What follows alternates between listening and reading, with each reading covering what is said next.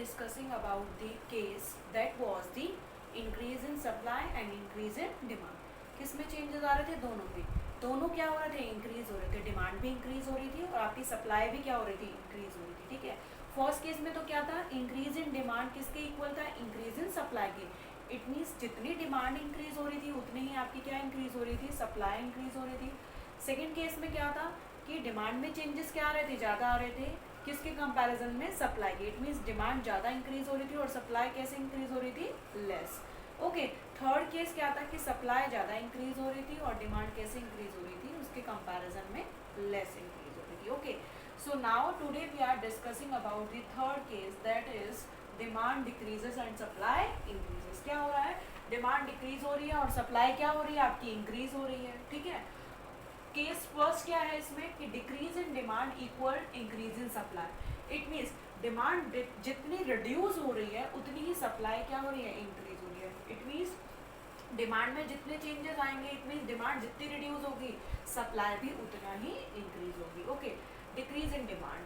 जब demand decrease होगी तो हमारा जो कर्व है वो कहाँ शिफ्ट हो जाएगा? लेफ्टवर्ड शिफ्ट हो जाएगा डिमांड कर्व. ठीक है. इंक्रीज इन सप्लाई और सप्लाई इंक्रीज होगी तो हमारा जो सप्लाई कर्व है वो कहाँ शिफ्ट हो जाएगा? राइटवर्ड. ओके. सबसे पहले हम बात करते हैं इनिशियल की. Okay. DD is an initial demand curve and SS is an initial supply curve. Okay, they both intersect each other at E point. So E is an equilibrium point. Here price is OP and quantity is OQ. Clear? सबसे पहले बात किसकी करेंगे? हमेशा initial की. Then case 1 is decrease in demand equal increase in supply. जितना demand reduce हो रही है उतनी सप्लाई क्या हो रही है? इंक्रीज. इट मीन्स डिमांड जब रिड्यूस होगी डिक्रीज होगी तो हमारा डिमांड कर्व कहाँ शिफ्ट हो जाएगा? लेफ्टवर्ड. ओके. DD से क्या हो गया? D1 और सप्लाई इंक्रीज हो रहा है. Increase in supply it means supply increase हो रही है तो हमारा सप्लाई कर्व कहाँ शिफ्ट हो जाएगा? राइटवर्ड शिफ्ट हो जाएगा. ओके. SS से क्या हो गया आपका? S1. क्लियर? अब आप देखेंगे कि जो न्यू डिमांड कर्व था उसने न्यू सप्लाई कर्व को इट मीन्स डिमांड रिड्यूस हुई तो हमारा डिमांड कर्व क्या हो गया? D1 और सप्लाई क्या हुई? इंक्रीज हो गई तो हमारा सप्लाई कर्व राइटवर्ड शिफ्ट हो गया. तो न्यू सप्लाई कर्व क्या आ गया? S1. अब D1 ने S1 को कहाँ पर इंटरसेक्ट किया? E1 पॉइंट पर. तो E1 क्या हो गया? आपका न्यू इक्विलिब्रियम पॉइंट हो गया. यहाँ पर प्राइस तो क्या डिटरमाइन हो गया? आपका OP1 और क्वांटिटी क्या हो गई? OQ1. ओके. क्या कंक्लूजन निकला? In first case when decrease in demand equal increase in supply. Okay. तो क्या होता है? हमारा कंक्लूजन क्या है? प्राइस पहले OP था. अब OP से रिड्यूस होकर कितना हो गया? OP1 और क्वांटिटी पहले कितनी थी? OQ. अब इंक्रीज होकर कितनी हो गई? OQ1. ओके. वही explanation. On O axis we are going to represent the quantity of the commodity and OY axis we are going to represent the prices of the commodity. Okay. DD is a supply curve and SS is a DD is a demand curve and SS is a supply curve. Okay. So they both intersect each other at E point. So E is a equilibrium point. Here price is OP and quantity is OQ. Points में लिखना है, ध्यान रखेंगे. ठीक है. बताया था explanation कभी भी लर्न नहीं करेंगे और हमेशा किस में लिखेंगे? पॉइंट्स में. ठीक है. In first case when demand decreases equal increases in supply. It means जितना डिमांड रिड्यूस हो रहा है उतना ही सप्लाई क्या हो रहा है? हमारा इंक्रीज हो रहा है. तो जब डिमांड डिक्रीज होगा तो हमारा डिमांड कर्व लेफ्टवर्ड शिफ्ट हो जाएगा और जब सप्लाई इंक्रीज होगी तो हमारा सप्लाई कर्व कहाँ शिफ्ट हो जाएगा? Rightward. Okay. Then new demand curve D1 cuts the new supply curve S1 at E1 point. So E1 is a new equilibrium point. Here price is OP1 and quantity is OQ1. Then conclusion define करना है. Conclusion is price reduces from OP to OP1 and quantity increases from OQ to OQ. Clear? I hope this case is clear. So okay. So now we are going to discuss about this second case. Okay. Decrease in demand greater than increase in supply. It means decrease in demand. जो demand reduce हो रही है ना वो ज़्यादा हो रही है. किसके कंपैरिजन में? सप्लाई के. इट मीन्स डिमांड डिक्रीज तो ज़्यादा होगी लेकिन जो सप्लाई इंक्रीज होगी ना वो उसके प्रपोर्शन में क्या होगी? कम इंक्रीज होगी. कैसे? देख लेते हैं डायग्राम से. O एक्सिस पर क्वांटिटी और OY एक्सिस पर प्राइसेस. ठीक है. सबसे पहले बात किसकी करेंगे? इनिशियल की. Initial demand curve DD and initial supply curve is SS. They both intersect each other at E point. So E is a equilibrium point. Here price is OP and quantity is OQ. Clear? And now when decrease in demand is greater than increase in supply, so demand curve shifted to leftward. Okay, decrease in demand हो रहा है तो हमारा demand curve कहाँ पर shift होगा? leftward. और कैसे proportion में decrease हो रहा है? greater than. Okay, increase in supply, it means supply कैसे increase हो रही है? proportion क्या है उसका? less है. it means decrease in demand तो ज़्यादा, मीन्स डिमांड जो रिड्यूस हो रही है वो ज़्यादा रिड्यूस हो रही है किसके कंपैरिजन में? सप्लाई के. तो आप देख रहे हैं जो डी और डी1 के बीच का जो डिफरेंस है वो क्या है? ज़्यादा है. ठीक है. और इंक्रीज इन सप्लाई हो रहा था, सप्लाई क्या हो रही थी? इंक्रीज हो रही थी. तो सप्लाई कर क्या हो गया? राइटवर्ड शिफ्ट हो गया. एस से न्यू सप्लाई कर क्या आ गया हमारा? S1. अब आप देखेंगे D1 और S1 ने दोनों को एक दूसरे को कहाँ पर इंटरसेक्ट किया? इस E1 पॉइंट पर. ठीक है.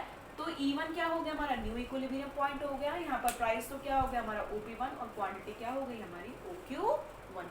वैसे ही सब आपको एक्सप्लेनेशन करना है और कंक्लूजन क्या आ जाएगा?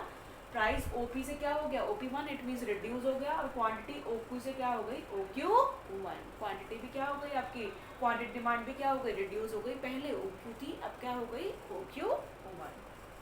ठीक है. ये आपका सेकेंड केस हो गया जब decrease in demand greater than होगा इंक्रीज इन सप्लाई.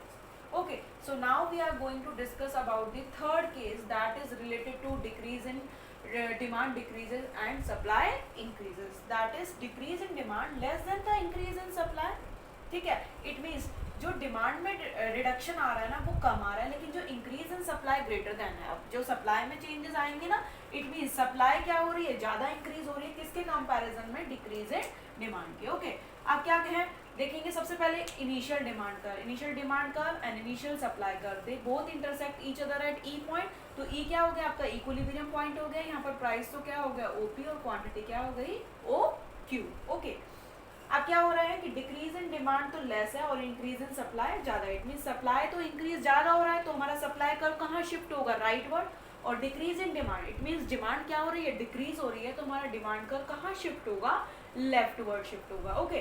तो सप्लाई में देख रहे हैं आप कैसे चेंजेस आ रहे हैं? ज़्यादा. इट मीन सप्लाई कैसे इंक्रीज हो रही है? ज़्यादा प्रपोर्शन में.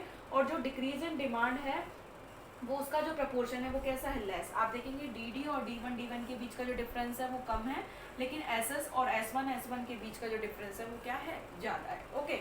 So new demand curve D1 and S1 they both intersect each other at E1 point. So E1 is a new equilibrium point. Here price is OP1 and quantity is OQ1.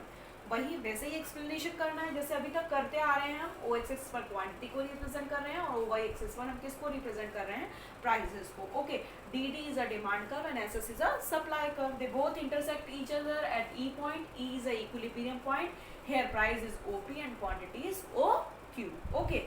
When demand decreases, then demand curve shifted to left, and when supply increases और कैसे proportion में ज़्यादा तो supply curve rightward shift होगा. और आप देख रहे हैं SS और S1 के जो बीच का डिफरेंस है वो ज़्यादा है क्योंकि सप्लाई कैसे प्रपोर्शन में इंक्रीज हो रही है? ज़्यादा. और रिड्यूस कैसे हो रही है डिमांड हमारी? लेस. ठीक है. तो new demand curve D1 and new supply curve S1 they both intersect each other at E1 point. So E1 is a new equilibrium point. Here price is OP1 and quantity is OQ1. Conclusion is price reduces from OP to OP1 and quantity increases from OQ to OQ1. Okay. So in today class we covered 3 cases that is related to demand decreases and supply increases. First case is decrease in demand equal increase in supply. It means जितना demand decrease हो रहा है उतना ही supply क्या हो रहा है? Increase हो रहा है. Second case is decrease in demand greater then increase in supply. Decrease in demand क्या है? ज़्यादा है. और इंक्रीज इन सप्लाई क्या है? कम है. इट मीन्स डिमांड ज़्यादा रिड्यूस होगी और सप्लाई कम इंक्रीज होगी. Third case is decrease in demand less than increase in supply. It means जो सप्लाई इंक्रीज होगी वो ज़्यादा इंक्रीज होगी और जो डिमांड रिड्यूस होगी वो कैसे प्रोपोर्शन में रिड्यूस होगी? कम प्रपोर्शन में. इट मीन्स लेस क्या होगी? डिक्रीज होगी डिमांड. ध्यान रखना होगा जब भी डिमांड या सप्लाई रिड्यूस होते हैं तो लेफ्टवर्ड शिफ्ट होंगे और सप्लाई कर जब इंक्रीज हो रहे हैं सप्लाई या डिमांड हमारी इंक्रीज हो रही है तो कहाँ पर शिफ्ट हो जाएंगे? वो राइट पर. ये चीज़ आपको ध्यान रखनी होगी. Okay. So I hope students today lecture is clear. That is all about the demand decreases and supply increases. So students, you should prepare notes accordingly the video lecture and send me work time to time. Okay, so now we will continue our next topic in our next class. Thank you students, have a nice day.